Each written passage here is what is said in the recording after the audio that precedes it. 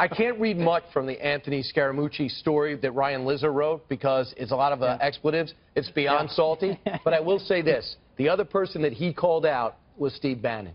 And he talked about Steve Bannon in a different way, looking to forward his own brand instead of the president's. And I'm wondering if Bannon's next. What do you hear? Boy, I got to tell you, I was really hoping that I might be able to reach out and just maybe even off the cuff make a little contact with the chief strategist. Haven't been able to do it, but I will tell you this. He doesn't suffer foolishness lightly. He is a very strong and opinionated personality, one who has the president's ear.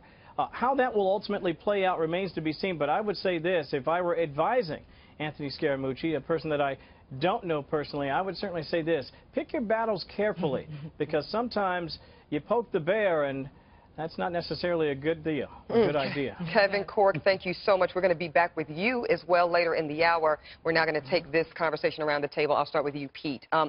I love that you brought this up. Brian Bannon was named heavily in that kind of Scaramucci rant that we all know about. He's not the establishment. Do you think he's on ice?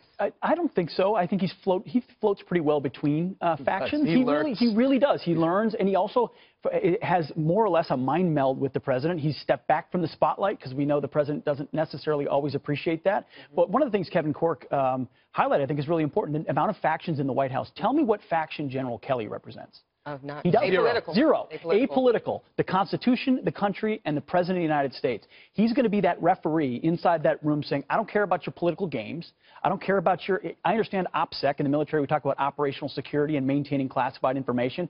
No more of that, because you will get prosecuted the way Anthony Scaramucci has talked about.